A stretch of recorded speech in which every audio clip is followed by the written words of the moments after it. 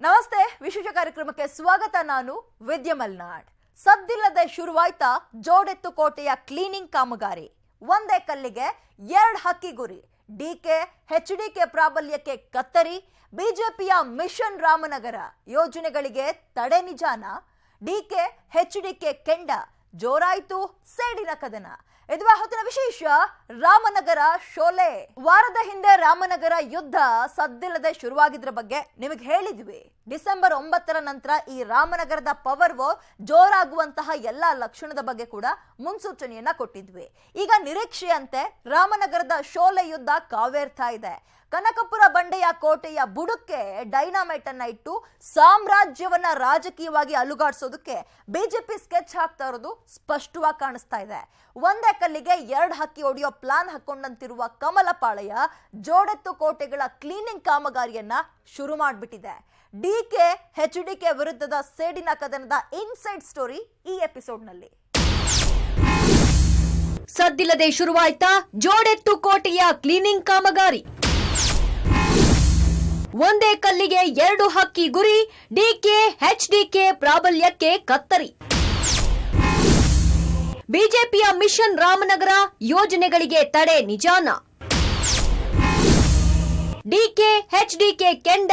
ಜೋರಾಯ್ತು ಸೇಡಿನ ಕದನ. 9ನೇ ತಾರೀಕು ಆದ್ಮೇಲೆ ಶುರು ಮಾಡೋಣ. ಇವೆಲ್ಲ ಕ್ಲೀನಿಂಗ್ ಏನೇನು ಆಗಬೇಕು, ಕ್ಲೀನಿಂಗ್ 9ನೇ ತಾರೀಕು ಆದ್ಮೇಲೆ ಕ್ಲೀನಿಂಗ್ ತಗೊಂಬರೋಣ. ನಾವು ಖಂಡಿತ ಮಾಡ್ತೀವಿ. ಅದನ್ನು ಮಾಡೇ ತೋರ್ಸಕ್ಕೆ ನಾನು ಬಂದಿರೋದು. ಮಾಡೇ ಮಾಡ್ತೀವಿ. ನಾನು ಮಂತ್ರಿ ಇದ್ದೆ, ಸ್ವಲ್ಪ ನಂಬಿಕೆಲಾಗದೆ ಹೋದನ್ನು ಅವ್ರನ್ನ ಮಾಡ್ತೀನಿ ಅಂದರೆ we should encourage you, we should welcome you. I wish you all the best. ನಾವು ಅವ್ರ ಮನೆ ಮಗನ ಆಗ್ತೀವಿ. ನಾವು ಕೆಲಸ ಮಾಡಕ್ಕೆ ಬಂದಿದ್ದೀವಿ, ಶಕ್ತಿ ತುಂಬ್ಕೊತೀವಿ. ನಾ ಇಲ್ಲಿಯವನ್ನೇ ನೀವು ಮಾಡಕ್ಕೆ ಬಂದಿದ್ದೀವಿ. ಸೇಫು ರಿಸ್ಕು ಯಾವುದಿಲ್ಲ ಸರ್. ಪೊಲಿಟಿಕ್ಸ್ ರಾಜಕೀಯ ಮಾಡಬೇಕು ಅಂತಲೇ ಬೆಂಗಳೂರು ಬಂದಿರೋರು. ರಾಜಕಾರಣನೇ ಮಾಡ್ತಾ ಇದ್ದೀವಿ. ಜನರ ಶಕ್ತಿ ಕೊಟ್ಟಿದ್ದಾರೆ. ಅವ್ರು ಹೆಂಗೆ ರಾಜಕಾರಣದಲ್ಲಿ ಹೋರಾಟ ಮಾಡ್ಕೊಂಡು ಬಂದರೆ ನಾವು ಹೋರಾಟ ಮಾಡ್ತೀವಿ. ಆಮೇಲೆ ಮಾತಾಡೋಣ. ಇದಕ್ಕಾಗಿ ಶತಶತಮಾನಗಳಿಂದಲೂ ಯುದ್ಧ ನಡೀತಾನೆ ಇದೆ. ಅಧಿಕಾರಕ್ಕಾಗಿ ನಾನಾ ರೀತಿಯ ಯುದ್ಧಗಳು ನಡೆದಿರೋದನ್ನ ನಾವು ಕಂಡಿದ್ದೇವೆ. ಅಧಿಕಾರ ಯಾರ ಬಳಿ ಇರುತ್ತೋ ಅವರದ್ದೇ ದುನಿಯಾ. ಈಗ ಈ ಮಾತನ್ನ ಯಾಕೆ ಹೇಳ್ತಾ ಇದ್ದೀವಿ ಅಂತ ನಿಮ್ಗೆ ಅಚ್ಚರಿಯಾಗಬಹುದು. ಈಗ ಕಾಲಚಕ್ರ ತಿರುಗಿದೆ. ಅಧಿಕಾರದಲ್ಲಿದ್ದವರು ಅಧಿಕಾರ ಕಳೆದುಕೊಂಡಿದ್ದಾರೆ, ಬೇರೊಬ್ಬರು ಅಧಿಕಾರಕ್ಕೇರಿದ್ದಾರೆ. ಎದುರಾಳಿಗಳ ಶಕ್ತಿಯನ್ನ ಕುಂದಿಸೋ ಕೆಲಸ ನಡೀತಾ ಇದೆಯಾ ಅನ್ನೋ ಅನುಮಾನ ಹುಟ್ಟಿಸಿದೆ ರಾಮನಗರದ ನಯಾ ವಾರ್. ಬಿಜೆಪಿ ಅಧಿಕಾರಕ್ಕೆ ಬಂದು 4 ತಿಂಗಳಾಗುತ್ತಾ ಬಂದಿದೆ. ಅಸಲಿಗೆ ಸರ್ಕಾರ ಬಹುಮತದೊಂದಿಗೆ ಟೇಕ್ ಆಫ್ ಆಗ್ತಿರೋದೇ ಮೊನ್ನೆ ಡಿಸೆಂಬರ್ 9ನೇ ತಾರೀಕಿನಿಂದ. 17 ಶಾಸಕರ ರಾಜೀನಾಮೆಯಿಂದ ಮ್ಯಾಜಿಕ್ ನಂಬರ್ ಕುಸಿತಗೊಂಡು ಬಿಜೆಪಿಯ ಬಿಎಸ್ವೈ ಸಿಎಂ ಆಗಿದ್ರು. ಮೊನ್ನೆ ಡಿಸೆಂಬರ್ 9ಕ್ಕೆ ಬಿಜೆಪಿಗೆ ಸ್ಪಷ್ಟ ಬಹುಮತ ಸಿಕ್ಕಿದೆ. ಹೀಗಾಗಿ ಸರ್ಕಾರ ಶರವೇಗದಲ್ಲಿ ಓಡೋಕೆ ವೇದಿಕೆ ರೆಡಿಯಾದಂತಾಗಿದೆ. ಇದೇ ಸಂದರ್ಭದಲ್ಲಿ ರಾಮನಗರ ಯುದ್ಧವೊಂದು ಶುರುವಾಗಿದೆ. ಡಿಸೆಂಬರ್ 9ರ ನಂತರ ರಾಮನಗರ ಕ್ಲೀನ್ ಅಂದಿದ್ದ ಡಿಸಿಎಂ. ಶುರುವಾಯ್ತಾ ಡಿಕೆಶಿ ಕೋಟೆಯ ಕ್ಲೀನಿಂಗ್ ವರ್ಕ್. 9ನೇ ತಾರೀಕು ಆದ್ಮೇಲೆ ಶುರು ಮಾಡೋಣ.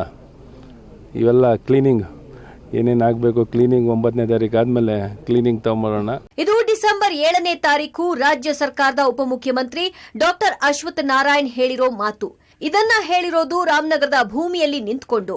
ಈಗ ನಿಮಗೆ ಅದ್ಯಾರ ಬಗ್ಗೆ ಅಶ್ವಥ್ ನಾರಾಯಣ್ ಇಂತಹದೊಂದು ಮಾತುಗಳನ್ನ ಹೇಳಿರಬಹುದು ಅನ್ನೋ ಐಡಿಯಾ ಸಿಕ್ಕಿರುತ್ತೆ. ಎಸ್, 100% ಇದು ಡಿಕೆ ಬ್ರದರ್ಸ್ ಕುರಿತೇ ಡಿಸಿಎಂ ಅಶ್ವಥ್ ನಾರಾಯಣ್ ಹೇಳಿರೋದು. ರಾಮನಗರ 2 ದಶಕಗಳಿಂದಲೂ ಡಿಕೆಶಿ ಬ್ರದರ್ಸ್ ಹಿಡಿತದಲ್ಲಿದೆ. ತಮ್ಮ ಸಂಸದ, ಅಣ್ಣ ಶಾಸಕ ಇವರನ್ನ ಬಿಟ್ಟು ಎಚ್ಡಿಕೆ ಕೂಡ ರಾಮನಗರದ ಒಂದು ಭಾಗದಲ್ಲಿ ತನ್ನದೇ ಆದ ಪ್ರಾಬಲ್ಯ ಹೊಂದಿದ್ದಾರೆ. ಆದರೆ ಈಗ ಸರ್ಕಾರ ಬದಲಾಗಿದೆ. ಡಿಕೆಶಿ ಸಾಮ್ರಾಜ್ಯದ ಹಿಡಿತಕ್ಕೆ ಬಿಜೆಪಿ ಮುಂದಾಗಿರುವಂತಿದೆ. ಇದೇ ಕಾರಣಕ್ಕೆ ಡಿಸೆಂಬರ್ 9 ಫಲಿತಾಂಶ ಬರಲಿ, ನಂತರ ರಾಮನಗರವನ್ನ ಕ್ಲೀನ್ ಮಾಡ್ತೀವಿ ಅನ್ನೋ ಮೂಲಕ ಡಿಸಿಎಂ ಅಶ್ವಥ್ ನಾರಾಯಣ್ ನೇರವಾಗಿ ಡಿಕೆ ಬ್ರದರ್ಸ್ಗೆ ಸವಾಲು ಹಾಕಿದ್ರು. ರಾಮನಗರವನ್ನ ಕ್ಲೀನ್ ಮಾಡ್ತೀನಿ ಅಂತ ಡಿಸಿಎಂ ಹೇಳಿದ್ದಕ್ಕೆ ಡಿಕೆಶಿ ಆಲ್ ದ ಬೆಸ್ಟ್ ಅಂತ ಬೇರೆ ಹೇಳಿದ್ರು. ಒಳ್ಳೆದಾಗಲಿ. ಪಾಪ ದೇವೇಗೌಡರು ದೇಶದ ಪ್ರಧಾನಮಂತ್ರಿ ಆಗಿದ್ದರು, ಕುಮಾರಸ್ವಾಮಿ ಅವರು ರಾಜ್ಯದ ಮುಖ್ಯಮಂತ್ರಿ ಆಗಿದ್ದರು, 2 ಬಾರಿ ಮುಖ್ಯಮಂತ್ರಿ ಆಗಿದ್ದರು, ದೇವೇಗೌಡರು ಮುಖ್ಯಮಂತ್ರಿ ಆಗಿದ್ದರು, ಪ್ರಧಾನಮಂತ್ರಿ ಆಗಿದ್ದರು, ರಾಮನಗರ ಜಿಲ್ಲೆಯಿಂದ ಬಂದಿದ್ದರು. ಇನ್ನೂ ಭಾಳ ಜನ ಎಲ್ಲ ಸಿಂಧಿಯಾರು ಮಂತ್ರಿ ಇದ್ದರು, ನಾನು ಮಂತ್ರಿ ಇದ್ದೆ. ಪಾಪ ನಂಬಿಕೆಲಾಗದೆ ಹೋದನ್ನು ಅವ್ರನ್ನ ಮಾಡ್ತೀನಿ ಅಂದರೆ we should encourage you, we should welcome you. I wish you all the best. DK ಕೋಟೆಯ ಪ್ಲಾನಿಂಗ್ಗಳಿಗೆ ಕತ್ತರಿ. ರಾಮನಗರ ಕ್ಲೀನ್ ಮಾಡೋದು ಅಂದ್ರೆ ಇದೇನಾ? ರಾಜಕಾರಣ ನಂಗೂ ಗೊತ್ತು ಅಂದಿದ್ದೇಕೆ ಡಿಕೆ? ಬೈ ಎಲೆಕ್ಷನ್ ಫಲಿತಾಂಶಕ್ಕೂ ಮೊದಲು ಬಿಜೆಪಿ ಸರ್ಕಾರದ ಡಿಸಿಎಂ ರಾಮನಗರ ಕ್ಲೀನ್ ಮಾಡೋ ಪ್ರತಿಜ್ಞೆ ಮಾಡಿದ್ರೆ ಅತ್ತ ಡಿಕೆಶಿ ಆಲ್ ದ ಬೆಸ್ಟ್ ಹೇಳಿದ್ರು. ಈ ಮೂಲಕ ಇಬ್ಬರು ರಾಮನಗರದ ಶೋಲೆ ಕದನಕ್ಕೆ ರೆಡಿ ಆಗಿದ್ರು. ಮಾಡೇ ಮಾಡ್ತೀನಿ ಅಂತ ಅಶ್ವಥ್ ನಾರಾಯಣ್ ಹೇಳಿದ್ರೆ ನೋಡೇ ಬಿಡೋಣ ಅಂತ ಡಿಕೆಶಿ ತೊಡೆ ತಟ್ಟಿದ್ರು. ಈಗ ಫಲಿತಾಂಶ ಬಂದ 4 ದಿನಕ್ಕೆ ಬಿಜೆಪಿ ರಾಮನಗರದಲ್ಲಿ ಒಂದೇ ಕಲ್ಲಿಗೆ 2 ಹಕ್ಕಿ ಹೊಡೆಯೋಕೆ ರೆಡಿಯಾಗಿದ್ದು ಸ್ಪಷ್ಟವಾಗಿ ಕಾಣಿಸ್ತಿದೆ. ಹಿಂದೆ ಸಿದ್ದರಾಮಯ್ಯ ಸರ್ಕಾರದ ಅವಧಿಯಲ್ಲಿ ಡಿಕೆಶಿ ತನ್ನೂರಿಗೆ ಹಾಕಿಸಿಕೊಂಡಿದ್ದ, ನಂತರ ಮೈತ್ರಿ ಸರ್ಕಾರದ ಅವಧಿಯಲ್ಲಿ ಮಂಜೂರಾಗಿದ್ದ ಯೋಜನೆಗಳಿಗೆ ಒಂದೊಂದಾಗಿ ಬ್ರೇಕ್ ಬೀಳ್ತಾ ಇದೆ ಅನ್ನೋ ಅಪಸ್ವರ ಕೇಳಿ ಬಂದಿದೆ. ಹೌದು, ಕಳೆದೊಂದು ತಿಂಗಳಿನಿಂದಲೂ ತೆರೆಮರೆಯಲ್ಲಿ ರಾಮನಗರದ ಪವರ್ ವಾರ್ ನಡೀತಾ ಇದೆ. ಆದರೆ ಡಿಸಿಎಂ ಹೇಳಿದಂತೆ ಈಗ ಓಪನ್ ಆಗಿಯೇ ಈ ಯುದ್ಧ ಶುರುವಾದಂತಿದೆ. ರಾಮನಗರದಲ್ಲಿ ಡಿಕೆ ಬ್ರದರ್ಸ್ ಮತ್ತು ಎಚ್ಡಿಕೆಯ ಪ್ರಾಬಲ್ಯ ಮುರಿಯಲು ಬಿಜೆಪಿ ಹೊಸ ಅಸ್ತ್ರ ಪ್ರಯೋಗಿಸಿದಂತಿದೆ. ರಾಮನಗರ ಜಿಲ್ಲೆಗೆ ಮಂಜೂರಾಗಿದ್ದ ಒಂದೊಂದೇ ಯೋಜನೆಗಳು ಬೇರೆಡೆ ಸದ್ದಿಲ್ಲದೆ ಶಿಫ್ಟ್ ಆಗ್ತಾ ಇದೆ. ಆದರೆ ಡಿಕೆಶಿ ಮಾತ್ರ ಯಾವುದೂ ಎಲ್ಲಿಗೂ ಹೋಗಲ್ಲ, ನಾನು ರಾಜಕಾರಣ ಮಾಡೋಕೆ ಬಂದಿರೋದು ಅಂತ ಕೆಂಡವಾಗಿದ್ದಾರೆ. ಯಡಿಯೂರಪ್ಪನವರು ಅಸೆಂಬ್ಲಿಯಲ್ಲಿ ಮಾತಾಡಿದ್ದಾರೆ, ಮಾಗಡಿಲು ಬಂದು ಸ್ಟೇಟ್ಮೆಂಟ್ ಮಾಡಿದ್ದಾರೆ, ಅದಾಗಲಿ. ಆಮೇಲೆ ಈಗ ಯಾಕೆ ಅದ್ರ ಮಾತು? ಅವ್ರು ತಗೊಂಡಿರೋದು ಅವ್ರ ಕೈಲಿ ವಾಪಸ್ ತಗೊಳ್ತೀರಾ? ನೂರಾರು ಕೊಡ್ಲಿ ರೀ, ನೂರಾರು ಕೊಡ್ಲಿ. ನಾವು ರಾಜಕಾರಣಿಗಳು, ರಾಜಕೀಯ ಮಾಡಬೇಕು ಅಂತಾನೆ ಬೆಂಗಳೂರು ಬಂದಿರೋರು, ರಾಜಕಾರಣನೇ ಮಾಡ್ತಾ ಇದ್ದೀವಿ. ಜನರ ಶಕ್ತಿ ಕೊಟ್ಟಿದ್ದಾರೆ. ಅವ್ರು ಹೆಂಗೆ ರಾಜಕಾರಣದಲ್ಲಿ ಹೋರಾಟ ಮಾಡ್ಕೊಂಡ್ ಬಂದರೆ ನಾವು ಹೋರಾಟ ಮಾಡ್ತೀವಿ. ಅವರು ರಾಜಕಾರಣ ಮಾಡ್ಲಿ, ನಾನು ರಾಜಕಾರಣ ಮಾಡ್ತೀನಿ ಅಂದಿರೋ ಡಿಕೆಶಿ ಬಿಜೆಪಿ ಸರ್ಕಾರಕ್ಕೆ ಸವಾಲು ಹಾಕಿದ್ದಾರೆ. ಆದರೆ ಅತ್ತ ರಾಮನಗರ ಜಿಲ್ಲೆಯ ಉಸ್ತುವಾರಿ ವಹಿಸಿಕೊಂಡಿರುವ ಅಶ್ವಥ್ ನಾರಾಯಣ್ ಮನೆ ಮಗನಾಗೋಕೆ ಹೊರಟಿದ್ದಾರೆ. ಈ ಮೂಲಕ ಡಿಕೆ ಬ್ರದರ್ಸ್ಗೆ ಸ್ಪಷ್ಟ ಸಂದೇಶ ರವಾನಿಸಿದಂತಾಗಿದೆ. ಮುಖ್ಯವಾಗಿ ಸಾಕಷ್ಟು ಸಭೆಗಳನ್ನೆಲ್ಲ ತಗೊಂಡು ಏನು ಸಮಸ್ಯೆಗಳಿದೆ, ಇನ್ನೊಂದು ಮತ್ತೊಂದು ಎಲ್ಲ ನೋಡಿ, ಪ್ರಬಲರು ಇನ್ನೊಬ್ರು ಮತ್ತೊಬ್ರು ಅಂತ ಏನಿಲ್ಲ. ಜನಶಕ್ತಿ, ಜನ ಆಶೀರ್ವಾದ, ಜನರ ವಿಶ್ವಾಸ. ಈ ಜನರ ವಿಶ್ವಾಸ ಇದ್ದು ಎಲ್ಲರೂ ನಾವು ಆಗೋದು. ಜನರ ವಿಶ್ವಾಸ ಪಡೆಯುವಂಥದ್ದಕ್ಕೆ ನಾವು ಮಾಡ್ತೀವಿ. ಆ ವಿಶ್ವಾಸ ಪಡೆಯೋಕ್ಕೋಸ್ಕರ ನಾನು ಇಲ್ಲಿದ್ದೀನಿ. ಅವ್ರ ವಿಶ್ವಾಸ, ಅವರ ಆಶೀರ್ವಾದ ಪಡೆಯುವಂಥದ್ದು ಅವ್ರಿಗೂ ಎಲ್ಲೋ ಒಂದು ಕಾಲದಲ್ಲಿ ಕೊಟ್ಟಿದ್ರು. ನಾವು ಅದನ್ನು ಪಡೀಲಿಕ್ಕೆ ಬಂದಿದ್ದೀವಿ. ನಾವು ಅವ್ರ ಆಶೀರ್ವಾದ ಪಡಿತೀವಿ. ನಾವು ಅವ್ರ ಮನೆ ಮಗನಾಗ್ತೀವಿ. ನಾವು ಕೆಲಸ ಮಾಡೋಕ್ಕೆ ಬಂದಿದ್ದೀವಿ, ಶಕ್ತಿ ತುಂಬ್ಕೊತೀವಿ. ನಾ ಇಲ್ಲಿಯವನ್ನೇ ಇಲ್ಲಿ ಮಾಡೋಕ್ಕೆ ಬಂದಿದ್ದೀವಿ, ಮಾಡ್ತೀವಿ. ಸೇಫು ರಿಸ್ಕು ಯಾವುದಿಲ್ಲ ಸರ್ ಪೊಲಿಟಿಕ್ಸ್ನಲ್ಲಿ. ಎಲ್ಲವೂ ಮುಖ್ಯಮಂತ್ರಿಗಳಾದವರಿಗೆ ಆ ಅಧಿಕಾರ ಇರ್ತದೆ. ಅವ್ರು ಏನು ನಿರ್ಣಯ ತೊಗೊಂಡ್ರು ನಾವು ಬದ್ಧವಾಗಿರ್ತೀವಿ. ಹಾಗಾಗಿ ಏನು ನಿರ್ಣಯ ತೊಗೊಂಡ್ರು ಅದಕ್ಕೆ ಒಪ್ಪುಕೊಳ್ಳೋ. ಇಲ್ಲಿ ಪ್ರಬಲರೂ ಇಲ್ಲ, ರಾಜಕಾರಣದಲ್ಲಿ ರಿಸ್ಕು ಇಲ್ಲ, ಎಲ್ಲವನ್ನ ಮಾಡೇ ತೀರ್ತೀವಿ ಅಂತ ಅಶ್ವಥ್ ನಾರಾಯಣ್ ರಾಮನಗರದಲ್ಲಿ ನಿಂತು ಹೇಳಿದ್ದಾರೆ. ಅವರ ಈ ಮಾತಿನ ಹಿಂದೆ ನಾನಾ ಅರ್ಥ ಇರೋದಂತೂ ಸ್ಪಷ್ಟ. ರಾಮನಗರದಲ್ಲಿ ಒಂದೇ ಕಲ್ಲಿಗೆ 2 ಹಕ್ಕಿ ಹೊಡೆಯೋ ಪ್ಲಾನ್ ಅನ್ನ ಹಾಕೊಂಡಿದ್ಯಂತೆ ಬಿಜೆಪಿ. ಅದಕ್ಕಾಗಿ ಈಗ ಒಂದೊಂದೇ ಅಸ್ತ್ರವನ್ನ ಪ್ರಯೋಗ ಮಾಡೋದಕ್ಕೆ ಶುರು ಮಾಡಿಬಿಟ್ಟಿದೆ. ಡಿಕೆ ಎಚ್ಡಿಕೆ ಪ್ರಾಬಲ್ಯವನ್ನ ಕುಗ್ಗಿಸೋ ಸ್ಕೆಚ್ ಹಾಕ್ಲಿದ್ದಾರಾ ರಾಜಾಹುಲಿ? ಏನಿದ್ರ ಮರ್ಮ? ಇಲ್ಲಿದೆ ನೋಡಿ ಉತ್ತರ. ರಾಮನಗರದಲ್ಲಿ ಡಿಕೆ ಎಚ್ಡಿಕೆಗೆ ಬಿಜೆಪಿ ಸಡ್ಡು. ಜೋಡೆತ್ತುಗಳ ರಾಜ್ಯಭಾರಕ್ಕೆ ಬರುತ್ತಾ ಕುತ್ತು. ಹೌದು, ಸದ್ದಿಲ್ಲದೆ ಬೂದಿ ಮುಚ್ಚಿದ ಕೆಂಡದಂತಿದ್ದ ರಾಮನಗರ ಯುದ್ಧ ಕಾವು ಪಡೆದುಕೊಳ್ತಿದೆ. ನಾನಾ ನೀನಾ ನೋಡೇ ಬಿಡೋಣ ಅನ್ನುವಷ್ಟರ ಮಟ್ಟಿಗೆ ಸಾಫ್ಟ್ ಆಗಿಯೇ ಒಬ್ಬರಿಗೊಬ್ರು ಚಾಲೆಂಜ್ ಹಾಕ್ತಿದ್ದಾರೆ. ಚಿಕ್ಕಬಳ್ಳಾಪುರ ನೋಡೋಣ ಈಗ ಯಾಕೆ ಮಾತು ಕಾಲೇಜ್ ಮಾತ್ರ ಅಲ್ಲ, ಬೇರೆ ಯೋಜನೆಗಳು ಕೂಡ ಹೋಗ್ತವೆ. ನೋಡಪ್ಪ, ಯಡಿಯೂರಪ್ಪನವರು ಅಸೆಂಬ್ಲಿಯಲ್ಲಿ ಮಾತಾಡಿದ್ದಾರೆ, ಮಾಗಡಿಲು ಬಂದು ಸ್ಟೇಟ್ಮೆಂಟ್ ಮಾಡಿದ್ದಾರೆ, ಅದಾಗಲಿ. ಆಮೇಲೆ ಈಗ ಯಾಕೆ ಅದ್ರ ಮಾತು? ಈಗ ಯಾಕೆ ಅದ್ರ ಮಾತು ಯಾಕೆ? ಅವ್ರು ತಗೊಂಡಿರೋದು ಅವ್ರ ಕೈಲಿ ವಾಪಸ್ ತಗೊಳ್ತೀರಾ? ನೂರಾರು ಕೊಡ್ಲಿ ರೀ, ನೂರಾರು ಕೊಡ್ಲಿ. ನಾವು ರಾಜಕಾರಣಿಗಳು, ರಾಜಕೀಯ ಮಾಡಬೇಕು ಅಂತಾನೆ ಬೆಂಗಳೂರು ಬಂದಿರೋರು, ರಾಜಕಾರಣನೇ ಮಾಡ್ತಾ ಇದ್ದೀವಿ. ಜನರ ಶಕ್ತಿ ಕೊಟ್ಟಿದ್ದಾರೆ. ಅವ್ರು ಹೆಂಗೆ ರಾಜಕಾರಣದಲ್ಲಿ ಹೋರಾಟ ಮಾಡ್ಕೊಂಡ್ ಬಂದರೆ ನಾವು ಹೋರಾಟ ಮಾಡ್ತೀವಿ. ಆಮೇಲೆ ಮಾತಾಡೋಣ. ನಾವು ಅವ್ರ ಮನೆ ಮಗನಾಗ್ತೀವಿ. ನಾವು ಕೆಲಸ ಮಾಡಕ್ಕೆ ಬಂದಿದ್ದೀವಿ, ಶಕ್ತಿ ತುಂಬ್ಕೊತೀವಿ. ನಾ ಇಲ್ಲಿಯವನ್ನೇ ಇಲ್ಲಿ ಮಾಡಕ್ಕೆ ಬಂದಿದ್ದೀವಿ, ಮಾಡ್ತೀವಿ. ಸೇಫು ರಿಸ್ಕು ಯಾವುದಿಲ್ಲ ಸರ್ ಪೊಲಿಟಿಕ್ಸ್ನಲ್ಲಿ. ಶಕ್ತಿ, ರಾಜಕೀಯ, ಪವರ್ ಈ ಶಬ್ದಗಳೇ ಇಬ್ಬರ ಮಾತುಗಳಲ್ಲೂ ವ್ಯಕ್ತವಾಗ್ತಿದೆ. ಅಂದ್ರೆ ಅಧಿಕೃತವಾಗಿ ರಾಮನಗರ ಯುದ್ಧ ಶುರುವಾಗಿರೋದು ಪಕ್ಕಾ ಆಗಿದೆ. ಅಷ್ಟಕ್ಕೂ ಡಿಕೆಶಿ ಈ ರೀತಿ ರಾಜಕೀಯದ ಆಟದ ಬಗ್ಗೆ ಮಾತನಾಡೋಕೆ ಕಾರಣನೂ ಇದೆ. ಅದೇನು ಅಂದ್ರೆ ಬಿಜೆಪಿ ಸರ್ಕಾರ ಸದ್ದಿಲ್ಲದೆ ರಾಮನಗರಕ್ಕೆ ಮಂಜೂರಾಗಿದ್ದ ಯೋಜನೆಗಳನ್ನ ಶಿಫ್ಟ್ ಮಾಡ್ತಾ ಇದೆ ಎನ್ನಲಾಗ್ತಿದೆ.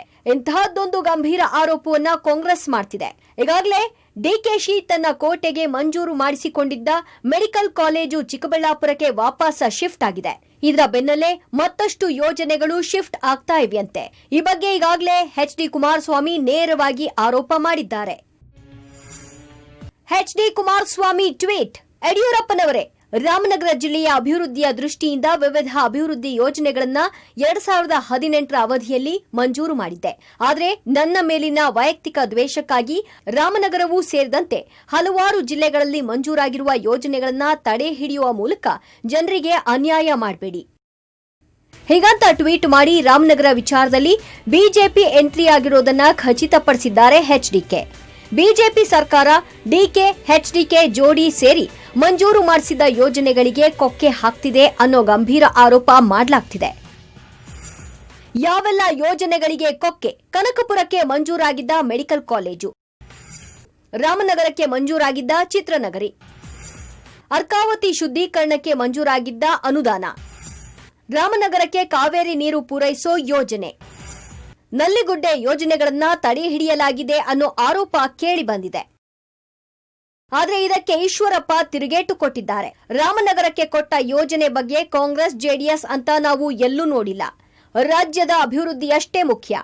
ಎಲ್ಲ ಶಾಸಕರಿಗೂ ನಾವು ನೆರವು ಕೊಟ್ಟಿದ್ದೇವೆ ಅಂದಿದ್ದಾರೆ. ಬಿಜೆಪಿ ಅಭಿವೃದ್ಧಿ ಕಾರ್ಯಗಳಲ್ಲಿ ಯಾವುದೇ ಕಾರಣಕ್ಕೂ ಕೂಡ ನಾವು ರಾಜಕಾರಣ ಮಾಡಕ್ಕೆ ಹೋಗಲ್ಲ. ನಮ್ಮ ಇಲಾಖೆಯಿಂದನೂ ಕೂಡ ಕಾಂಗ್ರೆಸ್ಸು, ಜೆಡಿಎಸ್ಸು, ಬಿಜೆಪಿ ಯಾವುದೂ ನೋಡ್ದೇನೆ ಅಭಿವೃದ್ಧಿ ದಿಕ್ಕಲ್ಲಿ ಜನ ಕಷ್ಟದಲ್ಲಿ ಸಂಕಷ್ಟದಲ್ಲಿರೋಂಥ ಸಂದರ್ಭದಲ್ಲಿ ರಾಜಕಾರಣದ ಬಗ್ಗೆ ಚಿಂತೆ ಮಾಡೋದು ತಪ್ಪು. ಆ ದಿಕ್ಕಲ್ಲಿ ನಾವು ಯಾರು ಯೋಚನೆ ಮಾಡಕ್ಕೆ ಹೋಗಿಲ್ಲ. ರಾಮನಗರದಲ್ಲಿ ಡಿಕೆ ಪ್ರಭಾವ ಇದ್ದಂತೆ ಇದು ಜೆಡಿಎಸ್ನ ಭದ್ರಕೋಟೆ ಕೂಡ ಹೌದು. ಎಚ್ಡಿಕೆ ಸಿಎಂ ಆಗಿದ್ದಾಗ ಮಂಜೂರು ಮಾಡಿದ್ದ ಯೋಜನೆಗಳಿಗೆ ಕೊಕ್ಕೆ ಹಾಕುವ ಮೂಲಕ ರಾಮನಗರದಲ್ಲಿ ಎಚ್ಡಿಕೆ ಪ್ರಭಾವ ಕಡಿಮೆ ಮಾಡಬೇಕು ಅನ್ನೋದು ಬಿಜೆಪಿಯ ಉದ್ದೇಶ ಅನ್ನೋ ಆರೋಪ ಕೇಳಿ ಬಂದಿದೆ. ಮತ್ತೊಂದು ಕಡೆ ಡಿಕೆಶಿ ಅವರ ಪ್ರಭಾವ ಕಡಿಮೆಗೊಳಿಸಿ ಅವರನ್ನು ಘಾಸಿಗೊಳಿಸುವ ಉದ್ದೇಶದಿಂದಲೇ ರಾಮನಗರದಿಂದ ಕೆಲವೊಂದು ನೆಪವೊಡ್ಡಿ ಯೋಜನೆಗಳನ್ನ ಸ್ಥಳಾಂತರ ಮಾಡಲಾಗ್ತಿದೆ ಎನ್ನಲಾಗ್ತಿದೆ. ರಾಮನಗರದಲ್ಲಿ ಬಿಜೆಪಿಗೆ ಅಸ್ತಿತ್ವವಿಲ್ಲ. ಮೇಲಾಗಿ ಇದು ಒಕ್ಕಲಿಗರ ಭದ್ರಕೋಟೆ ಎನಿಸಿಕೊಂಡಿದೆ. ಇದೇ ಕಾರಣಕ್ಕೆ ಬಿಜೆಪಿ ತನ್ನ ಪ್ರಬಲ ನಾಯಕ ಒಕ್ಕಲಿಗರ ಸಮುದಾಯಕ್ಕೆ ಸೇರಿದ ಅಶ್ವತ್ಥ ನಾರಾಯಣ್ ಅವರನ್ನ ರಾಮನಗರದ ಉಸ್ತುವಾರಿಯನ್ನಾಗಿ ಮಾಡಿದೆ. ಈ ಮೂಲಕ ದಶಕಗಳಿಂದ ರಾಮನಗರದಲ್ಲಿ ರಾಜ್ಯಭಾರ ನಡೆಸ್ತಾ ಇರುವ ಎಚ್ಡಿಕೆ ಮತ್ತು ಡಿಕೆಶಿಗೆ ಪ್ರಬಲ ಸ್ಪರ್ಧೆ ಓಡ್ತಾ ಇದೆ. ಬಿಜೆಪಿ ಸರ್ಕಾರ ಅಧಿಕಾರಕ್ಕೆ ಬಂದ ನಂತರ ಹಲವು ಬದಲಾವಣೆಗಳು ಆಗಿದೆ. ರಾಮನಗರದಲ್ಲಿ ಡಿಕೆ ಎಚ್ಡಿಕೆ ಕೋಟೆ ಭೇದಿಸಬೇಕು ಅಂತಲೇ ಕೆಲವೊಂದು ಆಡಳಿತಾತ್ಮಕ ಬದಲಾವಣೆಗಳು ಕೂಡ ನಡೆದಿವೆ. ಆ ಬಗ್ಗೆ ಈಗಾಗಲೇ ಗುದ್ದಾಟ ಕೂಡ ಶುರುವಾಗಿದೆ. ಇದೆಲ್ಲ ಆರಂಭ ಆಗಿದ್ದು ಎಲ್ಲಿಂದ? ಉತ್ತರ ಇಲ್ಲಿದೆ. ರಾಮನಗರ ಎಸ್ಪಿಗೆ ವಾರ್ನ್ ಮಾಡಿದ್ದ ಡಿಕೆ ಸುರೇಶ್. ಇದು ರಾಮನಗರ ಅಂತೇಳು ಆವಾಜ್ ಹಾಕಿದ್ದ ಡಿಕೆ ಬ್ರದರ್. ಎಸ್, ಇದು 2 ವಾರಗಳ ಹಿಂದೆ ನಡೆದಿರೋ ಘಟನೆ. ಅವತ್ತು ಡಿಕೆ ಸುರೇಶ್ ಆಡಿದ ಒಂದೊಂದು ಮಾತು ಕೂಡ ನೇರವಾಗಿ ಬಿಜೆಪಿ ಸರ್ಕಾರಕ್ಕೆ ವಾರ್ನ್ ಮಾಡಿದಂತಿತ್ತು. ಯಾಕಂದ್ರೆ ಕಳೆದ 3 ತಿಂಗಳಲ್ಲಿ ಆಡಳಿತಾತ್ಮಕವಾಗಿ ಡಿಕೆ ಕೋಟೆ ರಾಮನಗರದಲ್ಲಿ ಸಾಕಷ್ಟು ಬದಲಾವಣೆಗಳಾಗಿವೆ. ಅಧಿಕಾರ ವರ್ಗದವರನ್ನ ಟ್ರಾನ್ಸ್ಫರ್ ಮಾಡಿ ಹೊಸಬರನ್ನ ಕರೆಸಿ ಕೂರಿಸಲಾಗಿದೆ. ಬಿಜೆಪಿ ಸರ್ಕಾರ ಬಂದ ಮೇಲೆ ಈ ಬದಲಾವಣೆಗಳಾಗಿದ್ದು ಡಿಕೆ ಬ್ರದರ್ ಅನ್ನ ಕಟ್ಟಿ ಹಾಕಿದಂತಾಗಿತ್ತು. ಇದೇ ಕಾರಣಕ್ಕೆ ಬೆಂಗಳೂರು ಗ್ರಾಮಾಂತರ ಸಂಸದ ಡಿಕೆ ಸುರೇಶ್ ಇತ್ತೀಚೆಗೆ ಕೆಂಡಾಮಂಡಲರಾಗಿದ್ರು. ತಾನು ಕರೆದ ಸಭೆಗೆ ನೂತನ ಎಸ್ಪಿ ಅನೂಪ್ ಶೆಟ್ಟಿ ಬಂದಿಲ್ಲ ಅಂತ ಆವಾಜ್ ಹಾಕಿದ್ರು.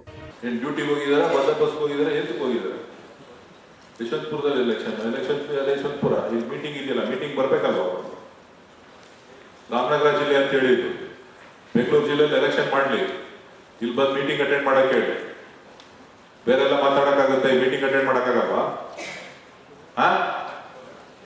ನಿಮ್ಮ ಎಸ್ ಪಿಗೆ ಹೇಳಿ ಡಿಸಿಪ್ಲಿನ್ ಕಲ್ತ್ಕೋ ಅಂತ. ಇದೊಂದು ಪೊಲೀಸ್ ಡಿಪಾರ್ಟ್ಮೆಂಟ್ ಅಲ್ಲಿ ಗೊತ್ತಾಯ್ತಾ? ಹೇಳ್ದೆ ಅಂತ ಹೇಳ್ಬೇಕು. ಏನ್ ಮಾಡಿ ಹೇಳ್ದೆ? ಡಿಸಿಪ್ಲಿನ್ ಕಲ್ತ್ಕೋಬೇಕು ಅಂತ. ಪೊಲೀಸ್ ಡಿಪಾರ್ಟ್ಮೆಂಟ್ ಅಲ್ಲಿ ಕೆಲಸ ಮಾಡ್ತಾ ಇರೋದು ಡಿಸಿಪ್ಲಿನ್ ಕಲ್ತ್ಕೋ ಅಂತ ಹೇಳಿ. ಉಳಿದಿದ್ದ ಮಾತಾಡ್ತೀವಿ. ಡಿಕೆ ಸುರೇಶ್ ಅಭಿವೃದ್ಧಿ ವಿಚಾರವಾಗಿ ಜಿಲ್ಲಾ ಪಂಚಾಯತ್ನಲ್ಲಿ 2 ವಾರದ ಹಿಂದೆ ದಿಶಾ ಮೀಟಿಂಗ್ ಕರೆದಿದ್ರು. ಆದರೆ ಈ ಮೀಟಿಂಗ್ಗೆ ಎಸ್ಪಿ ಅನೂಪ್ ಶೆಟ್ಟಿ ಗೈರಾಗಿದ್ರು. ಯಾವಾಗ ಜಿಲ್ಲಾ ಎಸ್ಪಿಎ ಸಭೆಗೆ ಗೈರಾಗಿದ್ದಾರೆ ಅನ್ನೋದು ಗೊತ್ತಾಯ್ತು, ಸಂಸದ ಡಿಕೆ ಸುರೇಶ್ ಕೆಂಡಾಮಂಡಲವಾದ್ರು. ಎಸ್ಪಿಗೆ ಸಭೆಯಲ್ಲಿ ಬಹಿರಂಗವಾಗಿಯೇ ವಾರ್ನಿಂಗ್ ಕೊಟ್ರು. ಇದು ರಾಮನಗರ ಜಿಲ್ಲೆ ಅಂತ ಹೇಳು, ಬೇರೆ ಎಲ್ಲ ಮಾತನಾಡೋಕೆ ಆಗುತ್ತೆ, ಮೀಟಿಂಗ್ ಅಟೆಂಡ್ ಮಾಡೋಕ್ಕಾಗಲ್ವಾ, ಡಿಸಿಪ್ಲಿನ್ ಕಲಿಯೋಕೆ ಹೇಳು ಅಂತ ಖಡಕ್ಕಾಗಿಯೇ ವಾರ್ನಿಂಗ್ ಕೊಟ್ಟಿದ್ರು ಡಿಕೆ ಸುರೇಶ್. ಆದ್ರೆ ಈ ವಾರ್ನಿಂಗ್ ನಲ್ಲಿ ಹೈಲೈಟ್ ಆಗಿದ್ದೆ ಇದು ರಾಮನಗರ ಜಿಲ್ಲೆ ಅಂತ ಹೇಳು ಅನ್ನೋ ಮಾತು. ಎಸ್ಪಿ ಅನೂಪ್ ಶೆಟ್ಟಿ ಅವರಿಗೆ ವಾರ್ನಿಂಗ್ ಕೊಟ್ಟ ನಂತರ ಎಲ್ಲಾ ಅಧಿಕಾರಿಗಳನ್ನು ಪರಿಚಯ ಮಾಡಿಕೊಂಡು ಎಲ್ರಿಗೂ ವಾರ್ನಿಂಗ್ ಕೊಟ್ಟಿದ್ರು ಡಿಕೆ ಸುರೇಶ್. ಬಂದಿರೋ ಎಲ್ಲಾ ಅಧಿಕಾರಿಗಳು ಇಲ್ಲಿ ಕೆಲಸ ಮಾಡ್ಕೊಂಡಿರ್ಬೇಕು, ಒಂದು ಪಕ್ಷದ ಪರ ಇರಬಾರ್ದು ಅಂತಾನೂ ಹೇಳಿದ್ರು.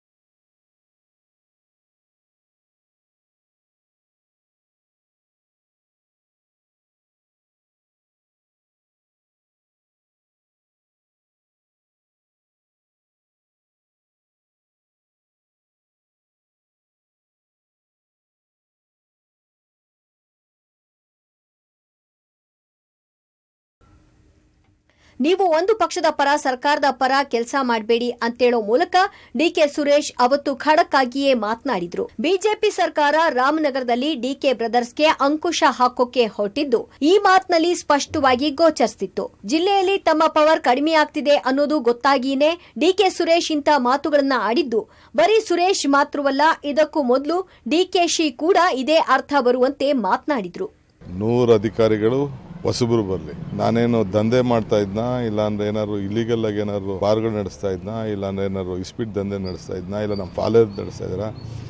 4 ವರ್ಷ 5 ವರ್ಷ ನಮ್ಮಲ್ಲಿ SP ಕೆಲಸ ಮಾಡೋರು ಕೇಳಿ, SP ಗಳು DC ಗಳು ಒಂದೊಂದು ಫೋನ್ ಮಾಡ್ತಿರ್ಲಿಲ್ಲ. Ramanagara the best administrative district. ಯಾವ ಸರ್ಕಾರ ಯಾವ ಅಧಿಕಾರ ಬೇಕಾದ್ರೆ ಹಾಕೊಳ್ಳಿ, ಏನು ಬೇಕಾದ್ರೂ ಮಾಡ್ಕೊಳ್ಳಿ, I know how to handle the system. Out of the way ನಾನು ಹೋಗೋದಿಲ್ಲ. ಯಾವ ಎನ್ಕ್ವೈರಿ ಬೇಕಾದ್ರೆ ಮಾಡ್ಕೊಳ್ಳಿ. ED ಆಫೀಸರ್ ಹೇಳೋದು ಎಲ್ಲ ನಂದು ಪವರ್ ಇಲಾಖೆದು, ಇರಿಗೇಷನ್ ಇಲಾಖೆದು, UDದೆಲ್ಲ ತನಿಖೆ ಮಾಡ್ತಾ ಇದೀವಿ ಅಂತ ಒಂದು ರಿಪೋರ್ಟ್ ಇತ್ತು, ಮಾಡಲಿ, ಯಾರು ಬೇಡ ಅಂತ ಹೇಳಿದ್ರು. ಎಷ್ಟು ಏಜೆನ್ಸಿಗಳಿದೆ ಏನು ಬೇಕಾದ್ರೂ ಮಾಡಲಿ. ಸೊ ಹಂಗೆ ನಾನು ಯಾಕೆ ತಲೆ ಕೆಡಿಸ್ಕೋಬೇಕು. ಇಲ್ಲೂ ಕೂಡ ಡಿಕೆ ಪರೋಕ್ಷವಾಗಿ ಜಿಲ್ಲಾ SP ಬಗ್ಗೆನೇ ಮಾತನಾಡಿದ್ರು. ರಾಮನಗರದಲ್ಲಿ ಡಿಕೆ ಬ್ರದರ್ಸ್ ಪವರ್ ಕಡಿಮೆಯಾಗ್ತಿದೆ ಅನ್ನೋ ವಿಚಾರ ಹೊರಗೆ ಬಿಂಬಿತಗೊಳ್ತಿರುವ ಟೈಮಲ್ಲೇ ಇಬ್ಬರು ಸಹೋದರರು ಕೂಡ ತಿರುಗಿ ಬಿದ್ರು. ಈಗ ಅಶ್ವಥ್ ನಾರಾಯಣ್ ಬಹಿರಂಗವಾಗಿಯೇ ರಾಮನಗರ ಕ್ಲೀನ್ ಮಾಡ್ತೀನಿ ಅಂತ ಹೊರಟಿದ್ದಾರೆ. ರಾಮನಗರದ ಕೆಲವೊಂದು ಯೋಜನೆಗಳಿಗೆ ಬ್ರೇಕ್ ಹಾಕಲಾಗಿದೆ ಎನ್ನಲಾಗ್ತಿದೆ. DCM ಅಶ್ವಥ್ ನಾರಾಯಣ್ ರಾಮನಗರದಲ್ಲೇ ಓಡಾಡ್ತಿದ್ದಾರೆ. ಈ ಮೂಲಕ ದಶಕಗಳಿಂದ ಭದ್ರಕೋಟೆ ಕಟ್ಟಿ ನಿಂತಿರುವ DKಶಿ ಮತ್ತು HDK ಬುಡ ಅಲುಗಾಡಿಸೋ ಕೆಲಸಕ್ಕೆ ಕೈ ಹಾಕಿದ್ದಾರೆ. ಒಟ್ನಲ್ಲಿ ರಾಮನಗರದ ಪವರ್ ವಾರ್ ಕುತೂಹಲವನ್ನ ಕೆರಳಿಸಿದೆ. ರಾಮನಗರದ ವಿಚಾರದಲ್ಲಿ ತೆರೆಮರೆಯಲ್ಲಿ ರಾಜಕೀಯ ಜೋರಾಗೇ ನಡೀತಾ ಇದೆ. ಇದು ಎಲ್ಲಿಗೆ ಹೋಗಿ ಮುಟ್ಟತ್ತೆ ಅನ್ನೋದನ್ನ ಕಾದು ನೋಡ್ಬೇಕು ಅಂತ ಹೇಳ್ತಾ ವಿಶೇಷ ಕಾರ್ಯಕ್ರಮ ಮುಗಿಸ್ತಾ ಇದ್ದೀನಿ. ನೆನಪಿರ್ಲಿ, ನ್ಯೂಸ್ ಅಂದ್ರೆ ಪಬ್ಲಿಕ್ ಟಿವಿ.